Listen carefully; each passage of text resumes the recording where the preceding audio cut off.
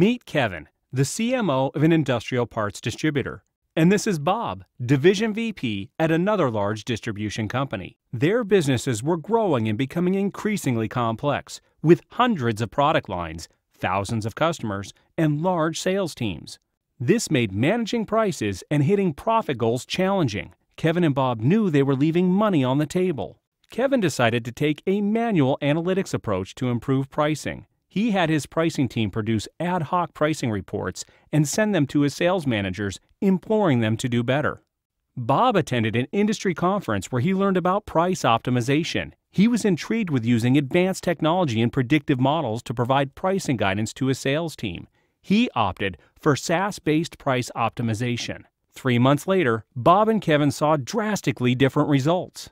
Kevin and his team were overwhelmed by the number of product and customer combinations, making it impossible to manually determine the best price for each selling circumstance.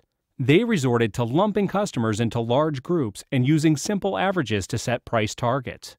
Kevin's manual approach fixed some really bad prices, giving him a one-time bump, but he wasn't sure how to move forward, as updating prices manually took months. And in many cases, his team was still making risky guesses about the right prices. In fact, they were still flying blind since they had no way to predict the impact of price changes. Meanwhile, the optimization technology did all the heavy lifting for Bob. He set revenue and profit goals, then let the optimization engine determine the best prices to achieve them.